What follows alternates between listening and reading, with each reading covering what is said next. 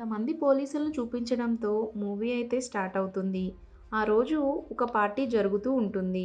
అక్కడికి ప్లాన్ ప్రకారం బీను అనే ఆఫీసర్ మఫ్టీలో వచ్చి ఉంటాడు. ఆఫీసర్కి అక్కడ ఉన్న ఒక వ్యక్తి మీద అనుమానం ఏర్పడుతుంది. అందువల్ల వెంటనే అతన్ని కస్టడీలోకి తీసుకుంటారు. అక్కడ వాళ్ళ గ్రూప్తో ఫైట్ జరుగుతుంది. ఈలోపు మిగతా పోలీసులు కూడా అక్కడికి చేరుకొని మిగతా వారిని కూడా కస్టడీలోకి తీసుకుంటారు. వాళ్ళ దగ్గర నుంచి లక్షల విలువ చేసే కొకైన్ని స్వాధీనం చేసుకుంటారు. ఆ తర్వాత రోజు పోలీసులందరూ కలిసి ఫోటో దిగుతారు. నెక్స్ట్ సీన్లో గ్లానా అనే అమ్మాయిని చూపిస్తారు. ఆమె ఒక లేడీ కానిస్టేబుల్. అదే సమయంలో ఆ స్టేషన్ సీనియర్ పోలీస్ ఆఫీసర్ అక్కడికి వస్తాడు. ఆ పోలీస్ ఆఫీసర్ బీనుని తిడుతుంటాడు. ఎందుకంటే బీను యూనిఫామ్తో దిగిన ఫోటోలను సోషల్ మీడియాలో పోస్ట్ చేస్తాడు. పైగా అతను చాలా పెద్ద పోలీస్ ఆఫీసర్. నెక్స్ట్ సీన్లో సూజీ అనే ట్రాఫిక్ పోలీస్ను చూపిస్తారు. రాత్రి సూజీ అండ్ గ్లానా ఇద్దరూ కలిసి ఒకే స్కూటీ మీద వెళ్తూ ఉంటారు. అది చూస్తుంటే వాళ్ళు చాలా మంచి స్నేహితులు అనిపిస్తుంది. వీళ్ళిద్దరూ లైఫ్ని బాగా ఎంజాయ్ చేస్తారు. వాళ్ళకి సోషల్ మీడియాలో వీడియోస్ పోస్ట్ చేయడం కూడా చాలా ఇంట్రెస్ట్.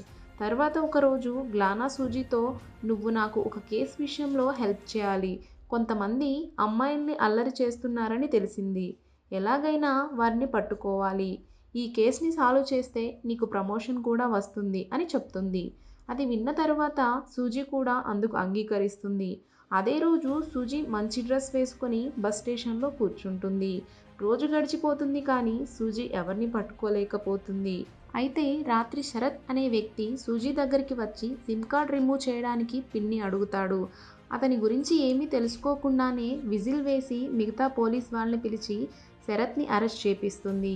నిజానికి శరత్ అమ్మాయిల్ని వేధించేవాడు కాదు. నెక్స్ట్ సీన్లో సూజీ డ్యూటీ చేస్తూ ఉంటుంది. అప్పుడు శరత్ అక్కడికి వచ్చి ఆ అమ్మాయిని చూస్తుంటాడు. సూజీ అతడితో మాట్లాడుతుంటుంది. అప్పుడు శరత్, నువ్వు నన్ను తప్పుగా అర్థం చేసుకొని నువ్వు నన్ను పోలీసులకి పట్టించావు. నేను తప్పకుండా దానికి బదులు తీర్చుకుంటానని చెప్తాడు. దానికి సూజీ అతన్ని ఇగ్నోర్ చేసి అక్కడ నుంచి వెళ్ళిపోతుంది. తరువాత శరత్ అతని ఖరీదైన కారులో సూజీ దగ్గరికి వస్తాడు. అతన్ని అలా చూసి సూజీ షాక్ అవుతుంది. ఎందుకంటే సూజీ అతడు అంత డబ్బున్నవాడు అనుకోలేదు. తరువాత రోజు సూజీ మొక్కలకు నీళ్లు పోస్తూ ఉంటుంది. అప్పుడు సిఐ బీను బైక్ మీద వెళ్తూ సూజీకి లైన్ వేస్తాడు.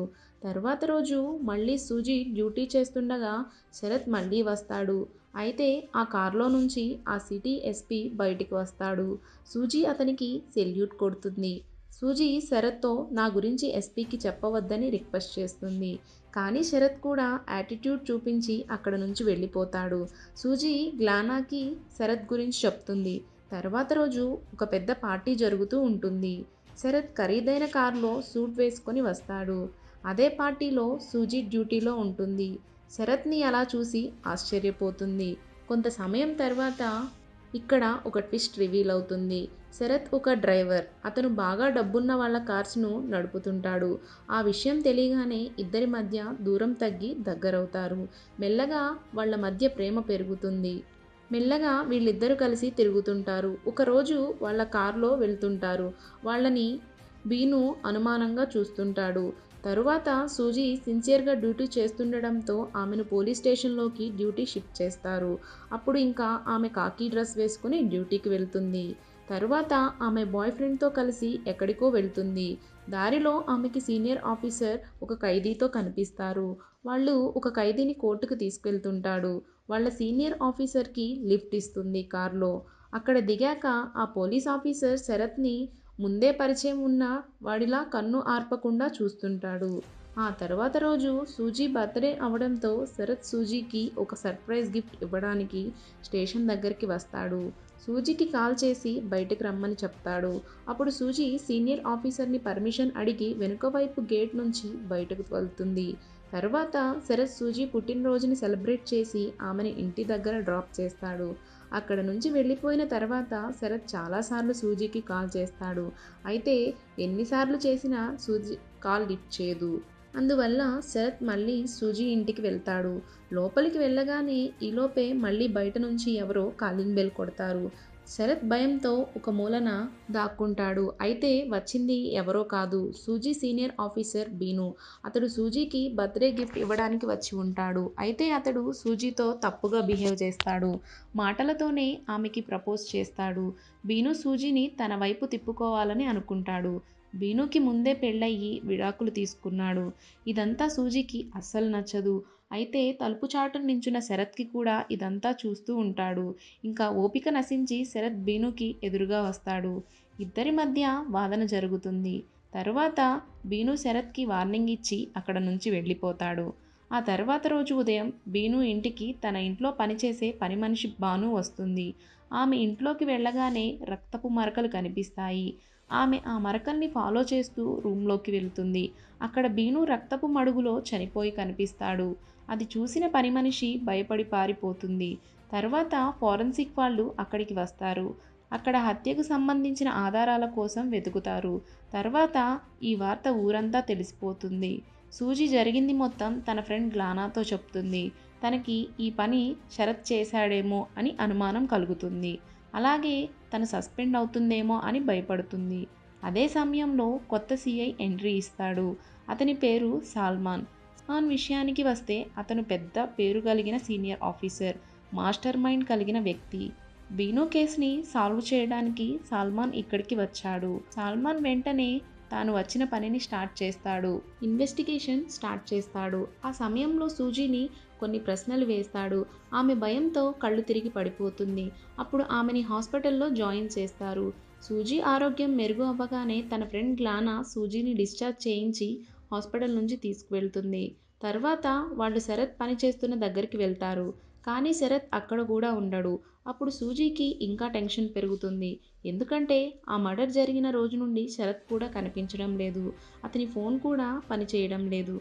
ఇంకోవైపు సాల్మాన్ చాలా వరకు సాక్ష్యాలన్నీ సేకరిస్తాడు. పోలీసులతో కలిసి ఒక ప్లాన్ వేస్తాడు. పక్కా ప్లాన్ చేసి ఒక మహిళను పట్టుకుంటారు. ఆమె విచారణ సమయంలో కొన్ని నిజాలు వెల్లడిస్తుంది. భానుమతి బీను ఇంట్లో పనిచేస్తూ ఉంటుంది. అంతేకాకుండా వాళ్ళిద్దరి మధ్య ఇల్లీగల్ అఫైర్ కూడా ఉందని చెప్తుంది. తర్వాత ఆమె తన భర్త గురించి చెప్తుంది. ఆమె భర్త మరి ఎవరో కాదు, ఆ రోజు సూజీ శరత్ కార్లో కోర్టు దగ్గర డ్రాప్ చేసిన ఖైదీ. భానుమతి, నాకు అతనితో సంబంధం ఉన్న విషయం మా ఆయనకి ముందు నుంచే అనుమానం ఉంది. నేను ఆఫీసర్ ఇంటికి వెళ్ళగానే ఆయన శవం ముందు నా భర్త కత్తిపడి ఉంది. దాన్ని తీసుకొని నేను అక్కడి నుంచి పారిపోయానని చెప్తుంది. తర్వాత సాల్మాన్ శరత్ ఓనర్ని కలుస్తాడు. అతను ఇలా చెప్తాడు, నేను పెద్ద పెద్ద వాళ్ళకి ఫంక్షన్ కోసం కార్లు అందిస్తాను, అలాగే షర్ట్స్ను కూడా అద్దెకిస్తాను. కానీ అతని మర్డర్కి నాకు ఎటువంటి సంబంధం లేదు అని చెప్తాడు. తర్వాత సిటీ కమిషనర్ మీటింగ్ ఏర్పాటు చేసి అందరినీ పిలుస్తాడు. సాల్మాన్తో పాటు మిగిలిన ఆఫీసర్స్ అంతా ఏం చేస్తున్నారని తిడతాడు. దానితో మీటింగ్ అయిపోయిన తర్వాత సాల్మాన్ భానుమతి దగ్గరికి వెళ్ళి ఇంటికి వెళ్ళిపోమ్మని వదిలేస్తాడు. నెక్స్ట్ సీన్లో రాత్రి భానుమతి ఇంటిని చూపిస్తారు. భానుమతి నిద్రపోతూ ఉంటే రాత్రి ఆమె భర్త ఇంటికి వస్తాడు. అతని వాలకం చూస్తే ఆమెని చంపడానికి వస్తున్నాడనిపిస్తుంది. ఎందుకంటే అతని భార్య మీద ముందు నుంచి అనుమానం ఉంది. కాబట్టి అనుకున్నట్లుగానే ఆయన భార్యని చంపడానికి వెంటపడతాడు. ఈలోగా మఫ్టీలో ఉన్న నలుగురు పోలీసులు అతన్ని చుట్టుముడతారు.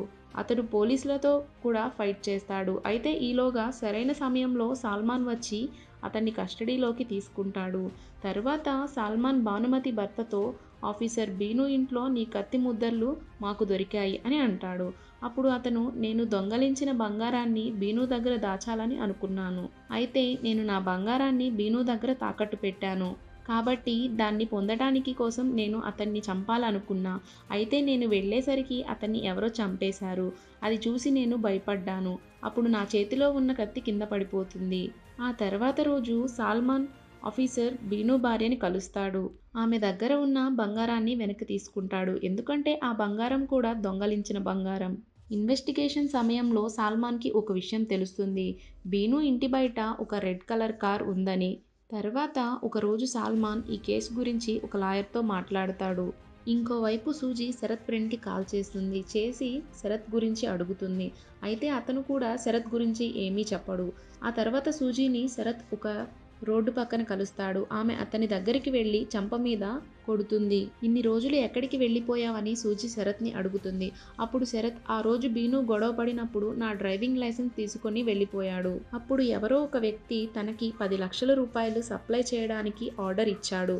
కానీ లైసెన్స్ లేకుండా తను ఆ పని చేయలేడు. కానీ లైసెన్స్ కోసం బీను వాళ్ళ ఇంటికి వెళ్ళాను. అప్పుడు బీను చనిపోయి ఉండడం చూసి ఆ విషయం ఎవరితో చెప్పకుండా అక్కడ నుంచి వెళ్ళిపోయాను.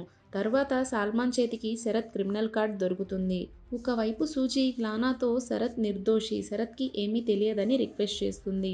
తర్వాత గ్లానా శరత్ని సీక్రెట్ రూమ్లోకి తీసుకుపోయి బయట పరిస్థితులు బాలేవు, కమిషనర్ అందరూ ఆఫీసర్స్ మీద కోపంగా ఉన్నాడు. కాబట్టి నువ్వు 2 రోజులు ఇక్కడ ఉండు. అప్పుడు నిన్ను ఎవరూ పట్టుకోలేరు అని చెప్తుంది. తర్వాత శరత్ సూజీ మధ్య దూరం పెరుగుతుంది. వాళ్ళిద్దరూ కలుసుకోలేకపోతారు. మరోవైపు సల్మాన్ కూడా వేగంగా సాక్ష్యాలు సేకరిస్తూ ఉంటాడు.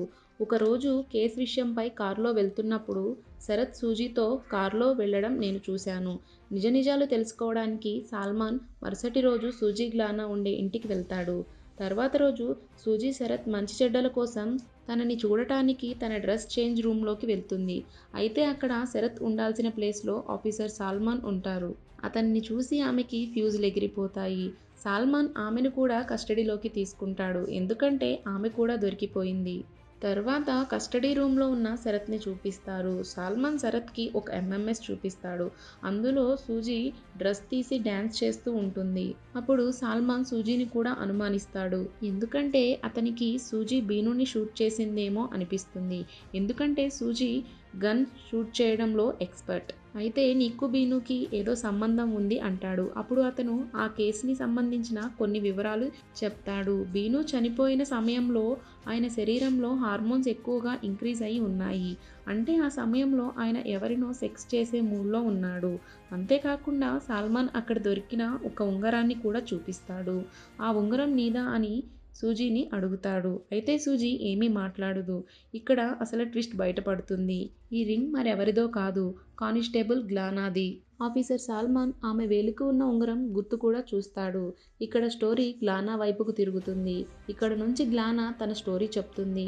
నిజానికి బీను విడాకులు తీసుకున్న తర్వాత గ్లానాతో రిలేషన్ పెట్టుకున్నాడు. ఒకరోజు వాళ్ళు శారీరకంగా కలిసి ఉన్నారు. సూజీ అక్కడికి వస్తుంది. అప్పుడు సూజీ డ్రెస్ తీసి డ్యాన్స్ చేస్తూ ఉండగా బీను ఆమె వీడియో షూట్ చేస్తాడు. ఆ తర్వాత గ్లానా ప్రెగ్నెంట్ అవుతుంది. అందువల్ల ఆమె అబోర్షన్ చేపించుకోవాల్సి వస్తుంది. కొన్ని రోజుల తర్వాత అంతా బానే ఉంటుంది. అయితే సూజీ బర్త్డే రోజు గ్లానా ఇంటికి వెళ్ళేసరికి బీను ఆమెతో మాట్లాడుతూ ఉంటాడు. అతను సూజీని పెళ్లి చేసుకోమని ప్రపోజ్ చేయటం బయట నిలబడి ఉన్న గ్లానా వింటుంది. బీను మాటలు విన్న తర్వాత ఆమె మనసు విరిగిపోతుంది. ఆమె అతన్ని ఎంతగానో ప్రేమించడం వల్ల చాలా బాధపడుతుంది. బీను ఆమెని చాలా మోసం చేశాడు. అప్పుడే ఆమె బీను మీద పగ తీర్చుకోవాలని నిర్ణయించుకుంటుంది. తర్వాత ఆమె బీను ఇంటికి వెళ్తుంది. ఆ సమయంలో బీను డ్రగ్ మత్తు తీసుకొని ఎంజాయ్ చేస్తూ ఉంటాడు. గ్లానా అక్కడికి రాగానే ఇంటిమేట్ అవ్వాలి అని ట్రై చేస్తాడు. అప్పుడు గ్లానా నువ్వు నన్ను మోసం చేశావు అని చెప్పి అవకాశం చూసి గన్తో షూట్ చేసి చంపేస్తుంది. తర్వాత ఆమెని పట్టుకోకుండా ఉండటం కోసం అక్కడ ఉన్న సాక్ష్యాలను మాయం చేస్తుంది. కానీ సల్మాన్ నాకు నీ మీద ఆ రోజే అనుమానం వచ్చింది. ఎందుకంటే నువ్వు లెఫ్ట్ హ్యాండ్ షూటర్వి, కానీ బీను రైట్ హ్యాండ్ షూటర్. అతను ఆత్మహత్య చేసుకున్నాడని నువ్వు చిత్రీకరించాలి అనుకున్నావు అని అంటాడు. నిజం బయటపడటం వల్ల ఆమె బోరున ఏడుస్తూ ఉంటుంది. తర్వాత రోజు సాక్ష్యాలన్నీ కోర్టులో సబ్మిట్ చేస్తారు. ఆఫీసర్ సల్మాన్ కోర్టులో బీను ఒక కేసులో భారీ మొత్తంలో కొకైన్ స్వాధీనం చేసుకొని సగం స్టేషన్ ముందు చూపించి ఇంకో సగం వేరే పార్టీకి అమ్ముకున్నాడు. ఇది చాలా పెద్ద తప్పు. అదే టైంలో అతడు డ్రగ్స్కి కూడా అలవాటు పడ్డాడు. ఎక్కడ దొరికిపోతాడో అనే భయంతోనే ఆత్మహత్య చేసుకొని చనిపోయాడు అని చెప్తాడు. ఎందుకంటే ఇప్పటి వరకు సిటీలో చాలా వరకు ఆత్మహత్య కేసులన్నీ డ్రగ్స్కి సంబంధించినవే. అంతేకాకుండా ఇది హత్య అనడానికి అతని గదిలో ఎటువంటి ఆధారాలు లభించలేదు అని చెప్పి ఈ కేసుని క్లోజ్ చేయమని జడ్జితో రిక్వెస్ట్ చేస్తాడు. జడ్జి కూడా లభించని ఆధారాలను బట్టి ఆ కేసుని కొట్టేస్తాడు. ఈ కేసు విషయంలో సూజీ గ్లానా అదృష్టం కొద్దీ బయటపడతారు. ఎందుకంటే సల్మాన్ కోరుకుంటే ఈ కేసులో వాళ్ళకి శిక్ష పడేలా చేసేవాడు. కానీ అతను అలా చేయలేదు. ఎందుకంటే బీను అంత మంచి మనిషి ఏమీ కాదు. అతనికి ఆ శిక్ష తప్పకుండా పడాలి. కేస్ క్లోజ్ అయిన తర్వాత ముగ్గురు సల్మాన్ని కలిసి థ్యాంక్స్ చెప్తారు. సల్మాన్ వాళ్ళని హ్యాపీగా ఉండమని చెప్పి వెళ్ళిపోతాడు. ఇక ఇప్పటినుంచి వాళ్ళ ముగ్గురు జీవితంలో సంతోషం నిండిపోతుంది. ఈ హ్యాపీ మూమెంట్‌తో మూవీ ఎండ్ అయిపోతుంది. Thank you for watching friends.